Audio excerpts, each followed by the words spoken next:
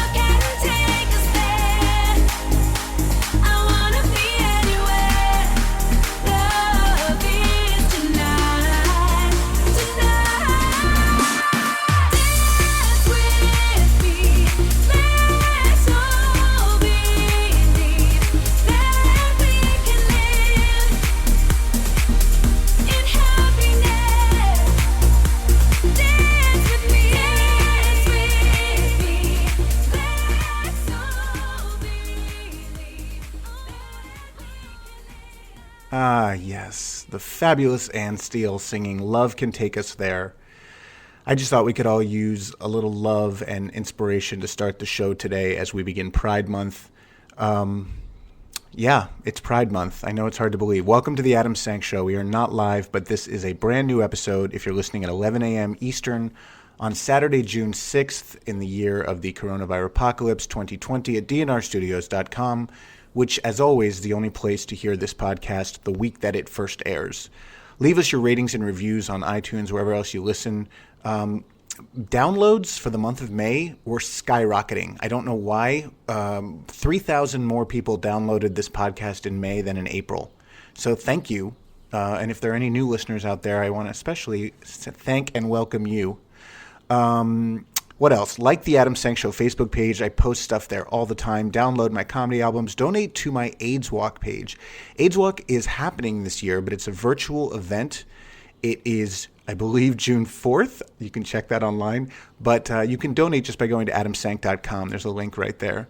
And finally, if you're listening to this after July 1st, go to podcastawards.com immediately and nominate us, The Adam Sank Show, in the Feast of Fools Fun LGBTQ category. We need a nomination this year. Last plug, I'll be hosting a Big Gay Virtual Vegan Dinner Party on June 4th. So go to Facebook and type in Big Gay Virtual Vegan for tickets and full details. Our guest today, I'm very excited about this. Our guest today is the most popular guest we've ever had on the Ass in terms of downloads. He is YouTube superstar Davey Wavey. And he'll be calling in from Palm Springs, California a little later in the hour. But first, I want to welcome everyone's favorite piglet, my favorite co-host, and RuPaul's favorite fan. It's Ryan Prostate, ladies and gentlemen. Baby, we made it. We made it. Jada Essence Hall won Drag Race. Yes, Ryan's very excited that his pick, Jada Essence Hall, is the winner. Spoiler alert. Good morning, Adam. It's a beautiful day here in Brooklyn. It is a beautiful How are day. you? I'm okay. I'm, frazzled and distraught like the rest of the country is today. Yes. We're recording this on May 31st, and so we're coming off of the 5th consecutive night of violent protests around the country, including here in New York City. If any of you live in a city, you probably are witnessing this in your own hometown. It's a tough time. We're going to talk about it a little bit, but I think today's show, Ryan, will start out serious, and then we'll do a sharp turn and get silly and ridiculous as we always do.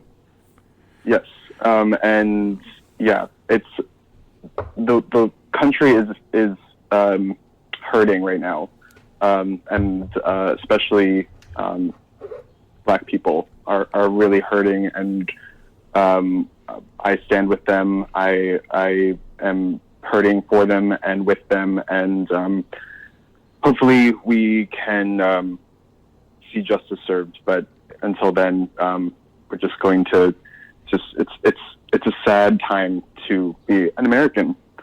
It really it's almost unbelievable. It's like 100,000 people dead from a virus, 30% unemployment. Fires being set and people being killed in cities across America. And it's like, what's next? A flying saucer lands and Martians get out and overtake. I mean, it's like, what's the next fucking calamity? But before we talk about any of that, Ryan, let's quickly do our recommended viewing for the week. Recommended pandemic viewing from Ryan Frostig and Boy Wolf is... Well, to be honest, we've really only we've been trying to watch less TV, and we've been watching most of the news. But I will say that in this time, I am looking towards my favorite television shows that always bring me joy. Some of them are favorites of yours as well.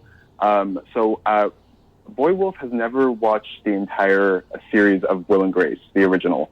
So I had to take him back to the late 90s, and we've been watching from the beginning, from season 1.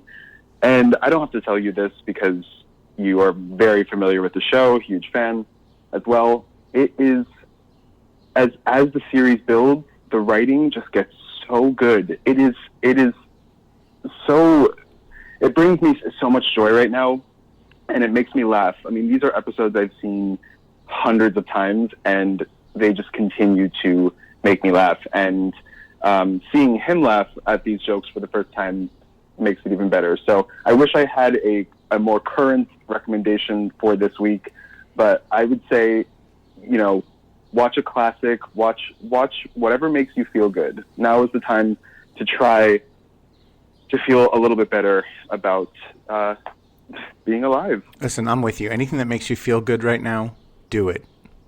As long as What are you watching? As long as it's with consenting adults. So this week, I'm going to recommend something that you've already recommended on this show. But it took me a few weeks to finally get to it, and I love it. And it is HBO's series We're Here, in which 3 RuPaul's All-Stars, Eureka, help me out here, I'm drawing a blank, Ryan. Bob the Drag Queen and Shangela. Those 3. They go to small towns and small cities across America, particularly in very conservative, very religious parts of the country, where the gay community is either, non-existent or very small and struggling. And they put on a drag show, and they make over 3 of the local residents as drag queens or drag kings. And sometimes they're gay men, sometimes they're gay women, sometimes they're straight people, trans people. They've done a great job of kind of covering the spectrum of human sexuality and gender. It is the most touching, lovely, inspiring show. I end every episode sobbing in a really good way. And it's what I need right now is We're Here on HBO. So, and beautifully produced, I think. It is so, I'm so happy that you responded to it that way. And I just think the casting of those 3 queens to be on a show like this is so perfect. I mean, I just quickly want to say I met Shangela a couple summers ago during Pride when I was working at the Ace Hotel, and she was one of the kindest, most just congenial people I've ever met. And when I see her interacting with these people on the show, it is 100% genuine. I mean, you can really see her connecting with these people for real. She is a light in the darkness that is this world. Like, she just glows with goodness and kindness. And honestly, like, if Shangela ran for president, like, I would get behind that. Like, I feel the same as you do. She's just fabulous. Hallelujah. Hallelujah. So, and it really does show the power of drag. Once again. So, okay, now we're going to, I just felt like I needed to, I mean, not that you need to hear another white guy's opinion of what's going on across America right now, but I just kind of wanted to make a statement about how I'm feeling, and I also want to make one really important point. So here it is. First of all, I wish JB were with us and part of this conversation. And JB, if you're listening and you want to just insert yourself into, do a monologue, do whatever you're feeling, whatever you need to say. I know the listeners would love to hear your thoughts and feelings about what's going on, and Ryan and I would too. Yeah, but I want to say that the rage that black and brown people are expressing right now across the country is 100% justified. They have been murdered by white men with impunity, without any consequences, throughout American history, from the very beginning, from slavery on. And I can't begin to imagine what that feels like because I'm white. So I never have to face that. But I want to say that I stand, just like Ryan said, I stand with people of color. I stand with the Black Lives Matter movement. And I believe we must have massive systemic change in our police force. We have to. It's not a question of just a couple bad apples in New York and a couple bad apples in Minnesota. This is systemic. Are there good cops? Yes. But the system is rotten. The system is unjust. And too many black and brown people are dying for no reason. As for the violence and the vandalism happening at these protests, I deplore any kind of violence. I deplore chaos. I deplore looting, all of that stuff. It scares me. It doesn't serve any purpose. It's counterproductive to any movement. But this is the point I want to make. I believe, and there's tons of evidence out there to back this up, that the majority of the protesters are peaceful.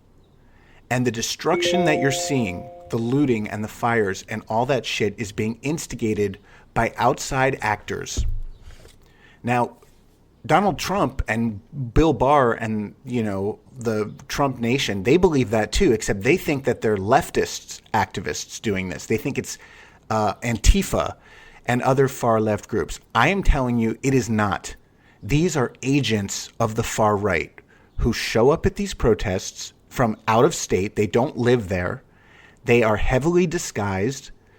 They're the ones that throw the first brick through the store window. They're the ones that knock out windows in a police car and set fires. There is video after video after video of white people that no one around can identify starting the violence.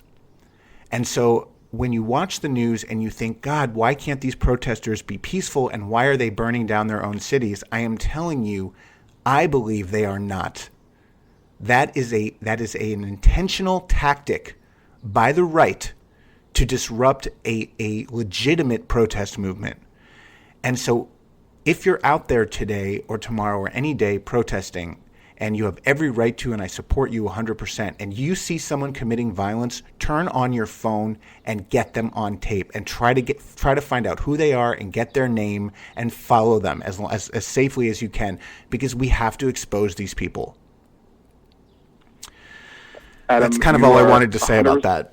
Yeah, I mean, I just want to echo all of that. And I actually was out protesting yesterday in the Grand Army Plaza in Brooklyn.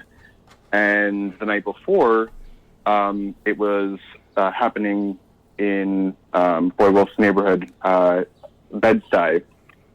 And right outside the window, and we went outside, and from what I saw firsthand, the protests were peaceful, and you can feel the pain and the sorrow from the people. And you're absolutely right.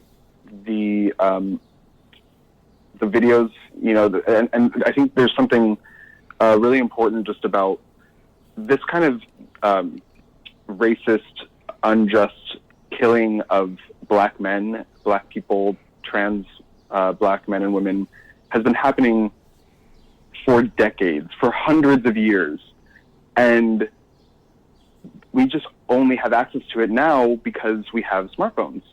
That's right. And we have cameras, and we have ways to capture this kind of stuff. So the video that I saw, that I think you were referring to, was the one of the guy with the umbrella. Yes, in Minneapolis, dressed in black, smashing all the windows. And I'm so happy that people kept the camera on him. My favorite part of that video was when the guy said, "Somebody hold my blunt," and then gave it to him, and then continued to interrogate the guy. But yeah, it's heartbreaking.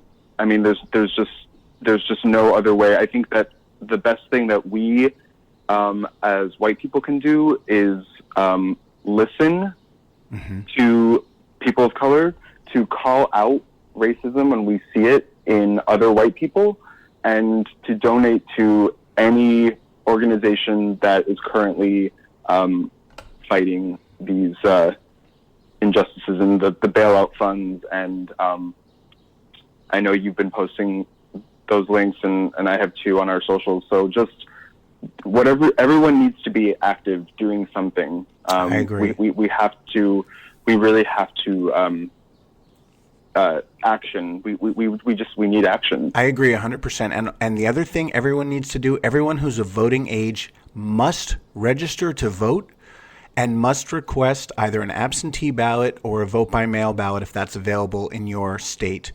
This is the most important election of our lifetimes.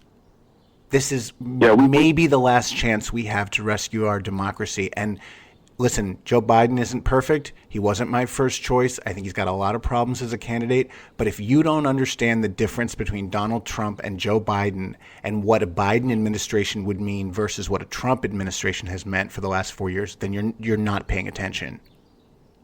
All right, I want to move on. Agree. I'm going to skip the next story because it's going to take us even later than we already are. But I do urge everyone to check out the story of Brian Sims. He's the openly gay state representative from Pennsylvania. He represents the Philly area in the Pennsylvania House, and he recorded a 10-minute rant that you must watch. He was basically exposing the fact that Republican House members in the Pennsylvania State House knowingly exposed their Democratic colleagues to coronavirus. They had it. They told their families. They were quarantining when they weren't at work, but they kept coming to work for like 2 weeks. And these were the same Republican politicians who were denying that the urgency of everyone to stay home and wear masks. They were the ones who were agitating for everything to reopen. We don't need masks. Let's get the economy going. Meanwhile, they were walking around the Pennsylvania House knowingly exposing their colleagues to coronavirus and not wearing masks. So this is just what's happening in the Republican Party. This is what the Republican Party is. And by the way, it's not just Brian Sims saying this. You can read about this in any newspaper. This is well documented, but it's pretty compelling video. And Sims is a hero, and he's also incredibly hot. Not that that's important, but if it helps you want to watch the video, then you should watch it. Very hot, very smart. He is... he's my daddy. Of the future. Yeah, he's all of our daddies. All right, we're going to take a hard left turn now, and we're going to come to the moment that Ryan Prostate has been waiting for his entire life, and that is to recap the finale of Season 11 of RuPaul's Drag Race. Take it away, Ryan. Shantae, you stay. Well, Adam, I am so happy to share with our listeners that this past Friday, Jada Essence Hall was crowned the winner, America's Next Drag Superstar of Season 12 of RuPaul's Drag Race. I am so happy about this for so many reasons, but I really do think, in continuation of our earlier conversations, the importance and the significance of this win right now is really, really, really exciting, and I'm just so happy. I think she is not only drag excellence, but she is black excellence. She is a drag queen, the epitome of a drag queen. So I'm excited for her. But I want to get into the finale because we have some different opinions about how things went down. Well, so basically, first let me ask you what you thought of the finale itself in terms of how they did this virtual finale for the first time ever. You know what? I actually think they did a great job because I liked the different kinds of virtual lip syncs that they had to do. The first one being a close up just of the face, which is really how you can separate the expert lip syncers from the more amateur lip syncers, because it's all right there in the face. The mouth is present. It's face. It's pretty intimate. And then the second one being a more like a video, like a music video, with some more a visual. The queens had complete freedom to use their spaces however they wanted to create a lip sync performance. And then the third, the fact that they sent all the girls, and I was wondering if they were going to do this, sending all the girls the same packages. It was balloons, wood floor. They all had the same set. Mm-hmm. And then kind of seeing what they brought to the lip sync just based on their own drag and their own performance. So I actually thought it was really cool. But for me personally, and everyone has a different opinion about what defines drag and what drag is to them, and I also just want to say that all three queens did a fantastic job. Agreed. No one did badly. Everyone did really well, and every queen is so different. For me, the drag that I was first exposed to, the drag that I first kind of experienced as a young queer person, was at the club. And so I'm always thinking about the queens like Bianca Del Rio, Bob the Drag Queen, who I was lucky enough to see before they went on Drag Race. And to think about the command that they had in these tiny, tiny spaces, these tiny gay bars in New York City. Right. And when I saw Jada Essence Hall performing in her living room, that was the energy and the just the essence. I mean, hello, the essence that I look for in a drag queen that really excites me. So I was looking. I could not keep my eyes off her. I tried to look at the other girls to see what they were doing, but in my opinion, she really did the damn thing. Now, I'm not arguing with you. Ryan and I have a slight difference of opinion about the finale. I love Jada. I think she was consistently terrific throughout the entire season. And if you're judging the winner based on that criteria, then she absolutely deserved it. In terms of the finale itself, the highlights for me were Crystal doing the bird. That was the most fucked up and creative thing I've ever seen in my life. I think it's immediately iconic. I thought Gigi's take on me, although I wish she had done more with it, was really creative and interesting. And I thought her Dorothy in the final round to go from black and white to color and then just at the last second give you that pop of the yellow brick road panties was genius. And I also just thought Gigi sort of turned it out in the first and third rounds. I thought she was the best one in the close-up lip sync and the best one in the final lip sync. So I and several others believe that, if you were just going by the finale alone, Gigi should have won. That said, I'm perfectly happy with Jada as the winner. I agree with you that these were three of the best finalists that I can remember, and they were all so different and so unique. I will say, if I never see RuPaul again in a slick-it-up gimp mask and a black shroud, oh my God, it won't be too soon. I don't know what the fuck is wrong with her. I'm not even going to waste a single breath on that.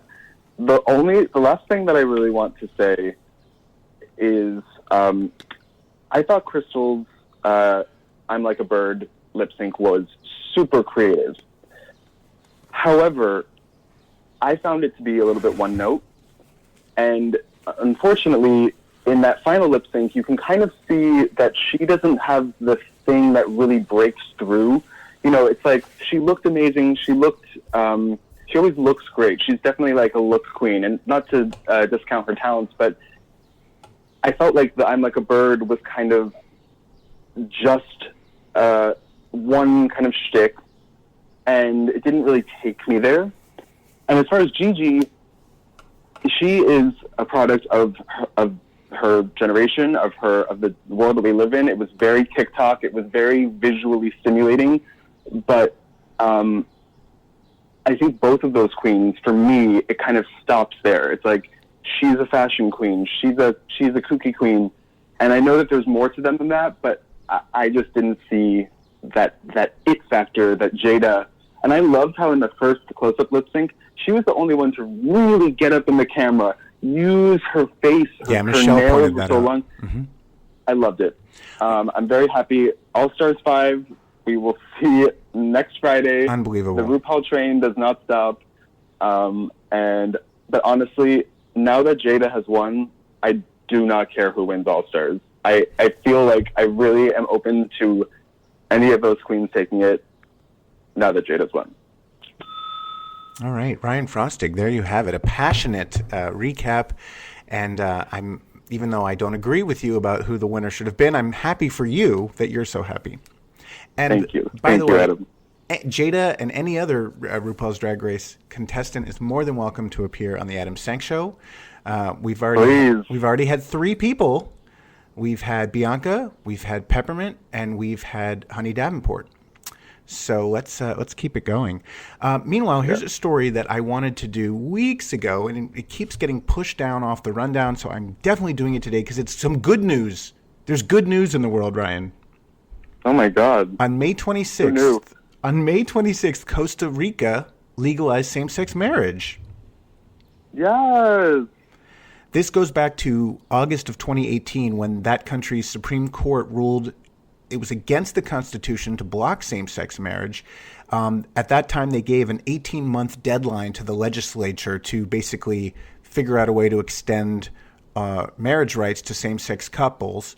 There was great controversy about this, but a group called Si Acepto Costa Rica, which is a gay rights group, was celebrating their asses off this past week because it became legal. One of the spokespeople for that group said decades of effort and struggle for rights reaches a historic moment when Costa Rica becomes the first country in Central America to approve civil marriage for people of the same sex.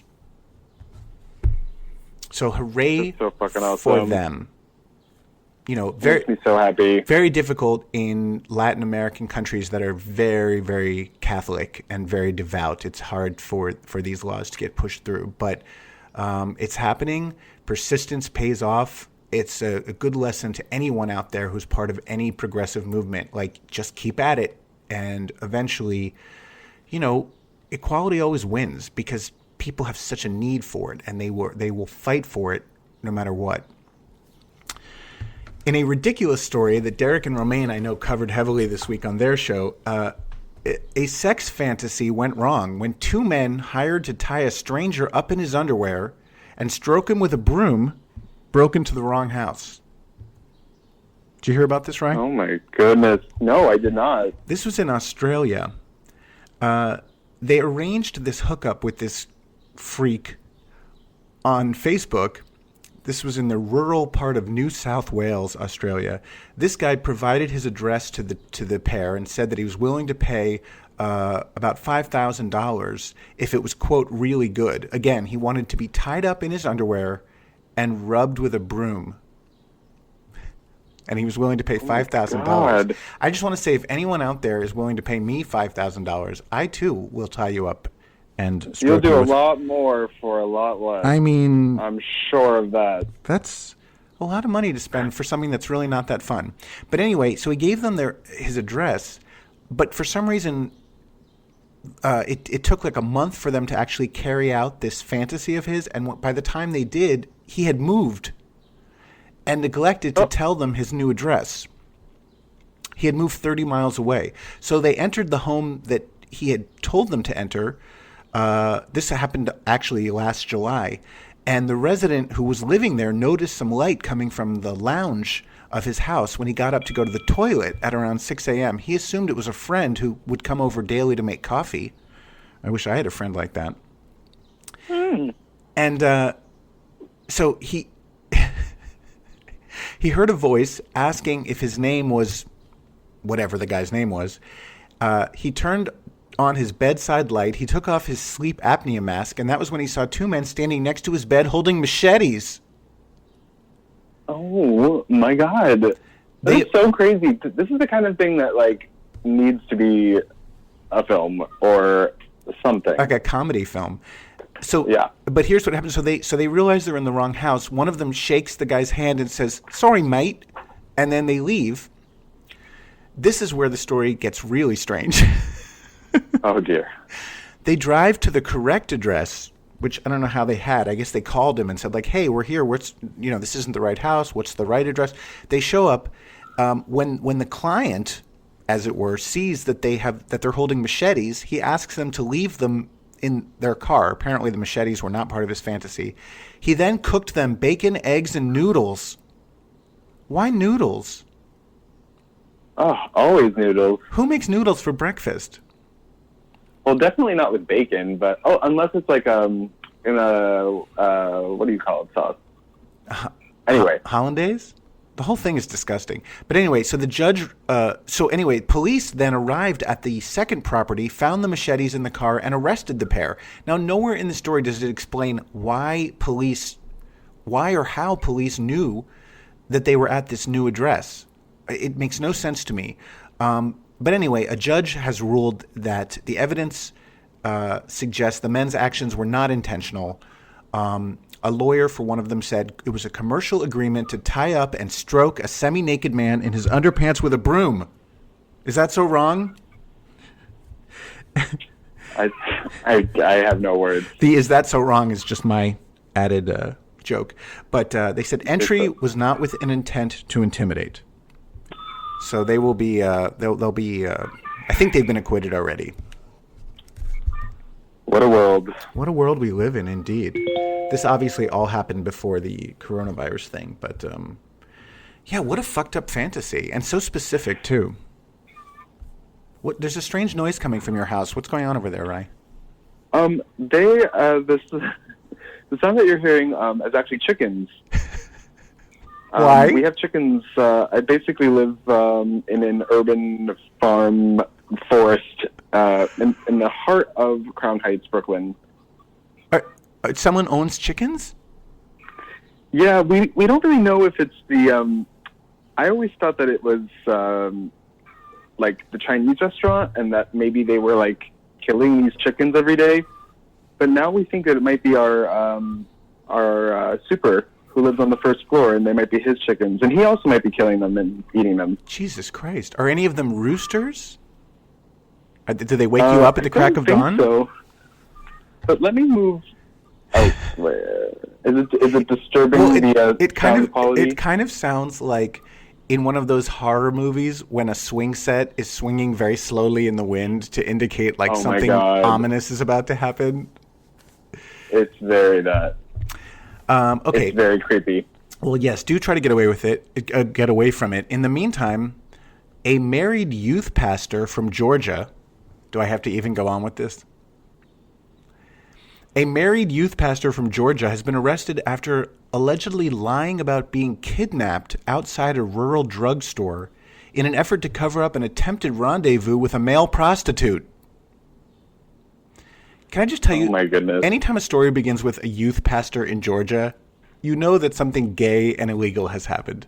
There's no such thing as like a non-gay youth pastor from Georgia.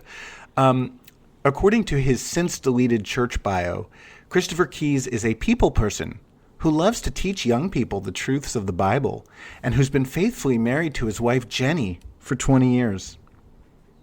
Jenny, if you're listening, your husband's a fag. Jenny, if you're listening. Okay, but here's what's really sick about the story. So, he I'm trying to figure out what happened here. He gets on Facebook, basically, and he gives this, like, harrowing tale of being kidnapped by two black men. Of course it's two black men. Outside a CVS, driven to a motel, and robbed. This was shared almost 18 times in this, Georgia community. TV news station 13 WMAZ, though, quickly learned through publicly available police records that Keyes had made the whole thing up. The sergeant of the sheriff's office confirmed that Keyes was never kidnapped by two black men outside the CVS. He was actually robbed by two masked assailants inside a room at the Regency Inn motel while soliciting a male prostitute. 2 days later, he was arrested and charged with solicitation of sodomy, which is also the name of my upcoming memoir. Solicitation of sodomy is still considered a misdemeanor in the state of Georgia, despite the U.S. Supreme Court striking down sodomy laws in 2003. So that shouldn't even be a fucking law. The whole thing probably would have remained under wraps had Keyes not gone around telling everyone that he'd been kidnapped by two black guys. A spokesperson for the academy, the church academy where he had taught, said he is no longer working there. He's also been removed from the Wesleyan Drive Baptist Church's website. Police say they are still searching for the suspects who made off with his wallet, cell phone, and keys. His cell phone has since been recovered in the parking lot of a local Walmart. So, another winner from the Christian conservative side. Yep, we can always count on them for a gay scandal. Meanwhile, in Indonesia, a corpse shocked mourners at a funeral by waving at them through a glass window in the coffin.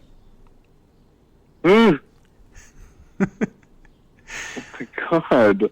The corpse was being buried during a Christian service in the city of Manado in Indonesia on May 5th. As the devastated family gathered around and the priest read prayers, the sinister outline of a hand and fingers could be seen moving under the glass panel in the casket.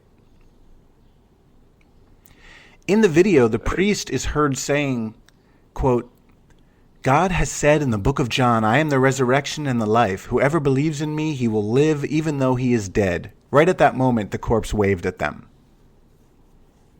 There's footage of this. This is so fucked up. One of the mourners suggested maybe it was a mouse. Despite the macabre claims, the corpse was likely to have been moving around due to rigor mortis. and changes in ligaments that occur during decomposition. A study in 2019 found that human bodies can move on their own after death. I think the moral of the story is don't bury someone in a casket with a fucking window on it. I don't want to see that. That makes my stomach turn. I honestly... You know, I don't even understand when they have a wake and they have a viewing. We Jews, we don't do that shit. So creepy. We don't, what's that called? When they drain the body and put in that chemical. What's that called after your embalm? We don't embalm. We don't have a wake. We don't have a viewing. We stick you in a plain pine box and plant you in the ground the next day. And that is the way to do it. Or, if even better, just fucking cremate the body. Cremate me, please. I do not want to be left in a box to rot. And I definitely don't want to be, dressed up in a suit and have makeup put on me and lay there in some cushy coffin dead while people walk by and say goodbye to me. It's just so fucked up. It's a strange tradition. How do you want to go, Adam? How do you want your funeral service to go? I'll make sure to put in a good word. This is in my will. I want to be cremated and scattered someplace beautiful, like the beach. Lovely. Or a mountainside. And I'm leaving everything to you, Ryan. Maybe. Definitely drag at mine. We'll see. There's been some revisions to the will recently. Anyway.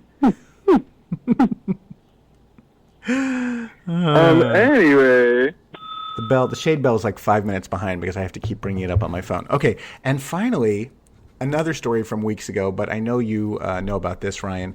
A Florida drag queen hopped on Facebook Live to perform a quarantine show, but when the camera started rolling, she slowly lost consciousness. This is so iconic. This is if there is a at-home drag show that represents the world that we're living in, it is this queen. And I'm so happy we are finally doing this story, because when I saw this, I fell out. Her name is Anahi Santos, and after sitting down and making her live stream entrance via a poolside patio, the decked-out performer began lip-syncing to her first number before taking a generous swig of her beverage around the 3-minute mark. She then sat down to address her fans and began her next performance, but then a lull began to visually take over as she adjusted her outfit and then drifted into a 3-hour nap. As she slumbered, 700 people watched. The audience kept growing and growing, and when she woke up, she found out that she had made $1,400 in tips. Moral of the story, take a nap and stream it. Some people thought it was performance art. They thought she was not really sleeping, but she was. She said, I want to say thank you so much to everyone. God bless you guys and stay safe out there. The sleeping drag queen sparked a hashtag, which was the Anahi Santos Challenge, where multiple drag artists around the web stole her look and slept on camera. Like I said, she is an instant icon, and I think that it's I mean, these queens, like, they usually are up until 4, 5, 6 in the morning. You know, some of these queens, their gigs start at midnight. Yeah. So it's like, if anyone knows how to stay up and not fall asleep, it's a drag queen. Well, there was some suggestion that she may have had some chemical... now that everyone's at home doing these at-home gigs, you sit down for a minute on your couch, you had a few drinks, you may pass out. Exactly. And wake up to $1,400. I mean, talk about... Oh, I got to go, Ryan. That's our guest. Okay. I love you. All right. Our guest today is making his triumphant return to the ass. As I mentioned earlier, he was a guest on the show back in April of 2019, and that episode has become the most popular ass of all time. One of the original YouTube megastars, the founder of Himeros.tv, and the subject of many of my sexual fantasies, he's joining us all the way from Palm Springs, California. Please give a warm-ass welcome to Davey Wavey. Hey. Hey, Davey. How are you? I'm good, baby. Thank you so much for coming back on the show. Especially yeah, of course, it's my pleasure. Waking up early on a Sunday. Oh, girl, I've already had my workout. I'm ready to go. Oh, you're so disciplined. I wish I've gained so much fucking weight during this thing. I look like my father. It's not cute. Davey, what has Palm Springs been like during quarantine? You know, it's been really quiet. This is usually the busiest time of year here between Coachella and Stagecoach and all the festivals. And we've really just kind of hunkered down. And of course, a lot of the population here is a bit older, so people are being especially careful. And it just feels a little bit like a ghost town. Yeah, I mean, even New York feels that way sometimes. Not as much lately, but for a while there, you know, I'd walk my dog in the middle of the day, and I'd be the only one out and about, which is crazy. Yeah. You know, I live in Midtown. Yeah, it's starting to open up here a little bit. I think the Airbnbs have finally restarted, and some of the restaurants are opening, but it's still kind of a fraction of what it once was. Well, here's a question I know many people are wondering. Are you alone, or have you had a companion during this time? Yeah, no, I'm flying solo, and I think that's been one of the things that initially was really delightful. It was like, oh, I have all this alone time. You liked it? As kind of an introvert, I got to celebrate my best, solo self. And as time progressed, I started to realize that even my introvertism, if that's a word, has its limits. Yeah. And certainly my desire to connect with other people sexually. I mean, I feel like at this point, I'm like Mount St. Helens, just like ready to erupt. And I've been trying to find fun but safe ways to explore my sexuality. And we've even been doing that in some of the content that we've been creating to, if anyone understands how to navigate sex and pleasure in the midst of a health crisis, it's gay men. You know, we've kind of done this before. It's a little bit in our DNA with the AIDS crisis. Absolutely. So, we're kind of well positioned to be able to navigate this pandemic too, and that's what we've been trying to do in some fun ways with our audience. So your balls are heavy and filled with cum. What is your advice for other people like yourself who are alone and sex starved right now? How do we get through it?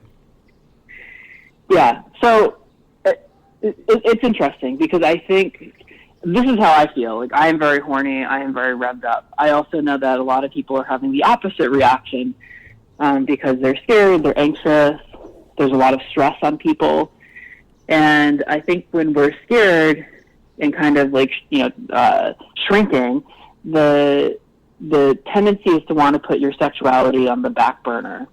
And what a lot of us know is that things like pleasure and connection are very healing. And so I would say I would encourage people to resist that urge to deprioritize your sexuality.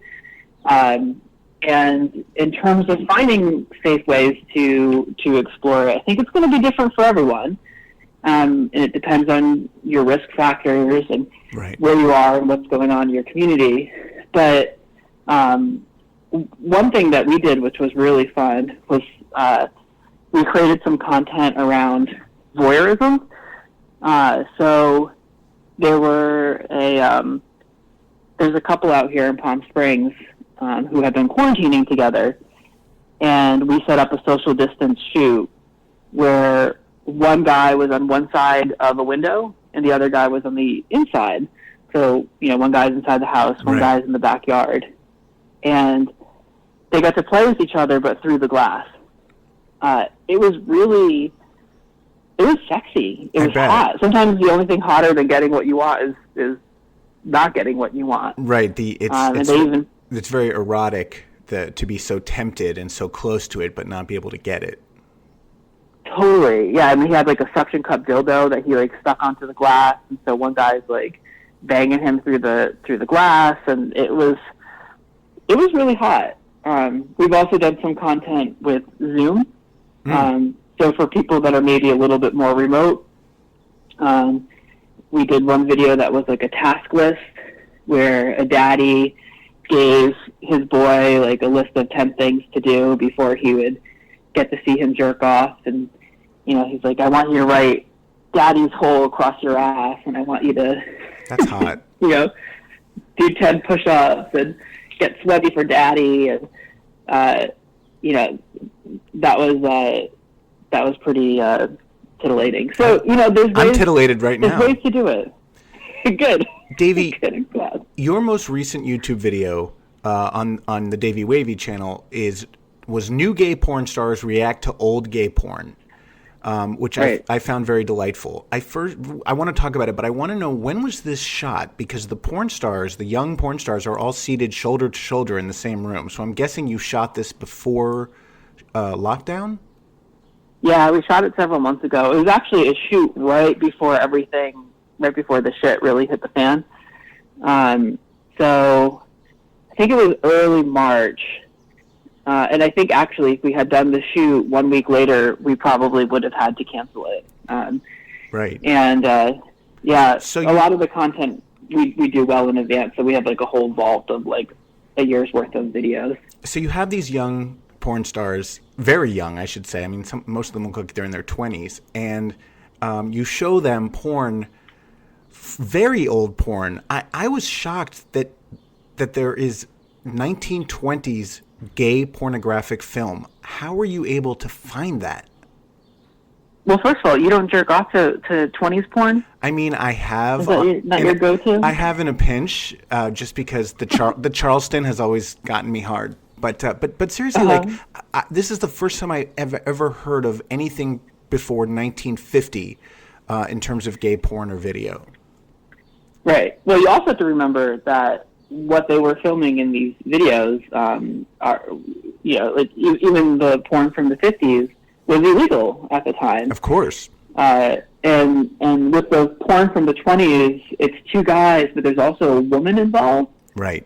So it's and not I gay. think that was to kind of like make it a little bit more accessible, what they were filming.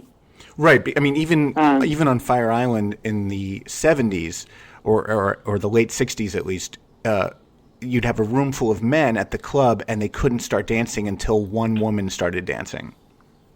Okay. They'd be arrested if there wasn't a Right. woman in the room. Yeah. It's interesting to find this stuff. I mean, as soon as the camera was invented, you know how our minds are. Immediately, it's like, okay, let's use this for sex. So this porn is not a new thing, but for its earlier years, it was very much underground, and man, it has come a long way because if you look up some of the older porn, it's really it's like watching a silent film. It's like. Well, what surprised you most about the young porn stars' reaction to the vintage porn? Yeah, that's interesting. I don't think I was really surprised by their reactions. I think that they were predictably confused by it, and to me, it seemed they were mostly mocking the production values. Say that again? To me, it seemed that they were mostly mocking the production values as opposed to the sex itself. Right. Well, and of course, right, they grew up with iPhones. So the idea that some of this content was created like on actual film and like spliced together in someone's basement is like a little bit lost on them. But I don't think that all the ways that porn has evolved and changed over the years has been for the better necessarily. I think we've kind of fallen into a very specific formula of porn that we watch. Say something at Himrose TV we try to break out of, but I think everyone's kind of used to being served up this very uncreative setup, two guys in a hotel room. They usually look pretty similar. They're probably 28, muscular, usually white. They make out, they blow each other, they rim, they fuck, they come, they kiss, and it's over. It's always the same order of operations. It always starts with kissing, then sucking, then rimming, then fucking.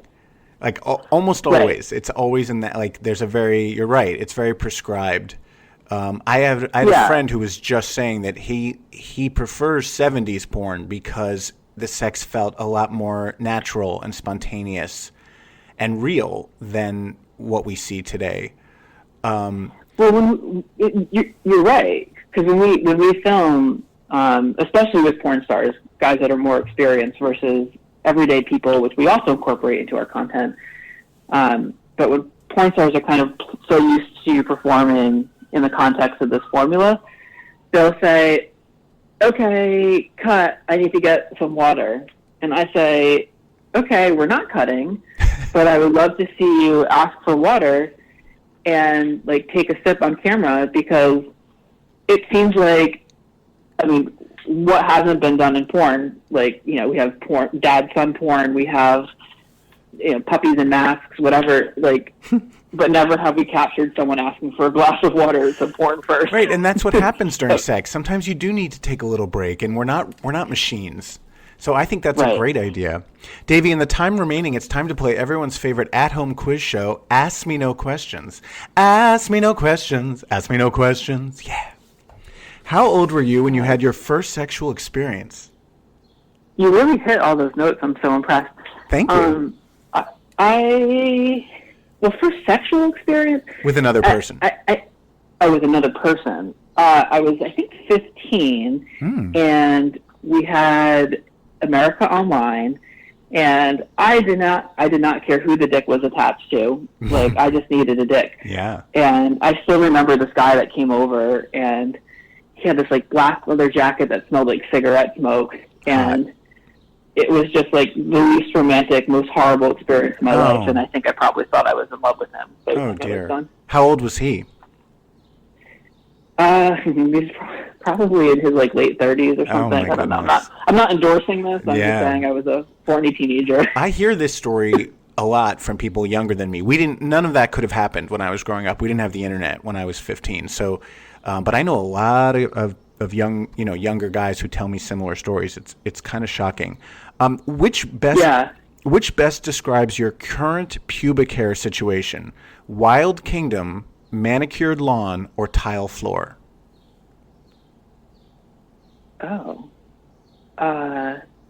Geez. What was it? Wild Kingdom? Wild Kingdom, manicured lawn, or tile floor? I think somewhere between manicure and tile is where I tend to, probably just, maybe it's actually between more manicure and Wild Kingdom at this point. It is 10 weeks of quarantine. You know, you're so smooth and you're blonde. I imagine you not having like a giant pubic bush, even if you don't trim it. Yeah, I love talking about my bush. It's my favorite topic. Good. So thanks for asking. I actually don't grow much hair. Like, I don't grow chest hair. Mm-hmm. And people always ask me if I like wax or pluck or what, and I'm like, no, listen to my voice. I just haven't hit puberty yet. I love it. I love smooth. Yeah. Love it. Once my balls drop, we'll see. Okay, what were you doing when you had the most intense orgasm of your life? Oh, you know what? I was having my prostate stimulated. So, you know, if you're like laying on the bed and you're kind of in like the gynecologist exam position, like, you know, knees up, legs apart, and if you have a guy insert his pointer finger, like palm up, and do the motion of like, you know, if you're pointing at someone and you're like, come to me, and you kind of like curl the tip of your finger. Yes.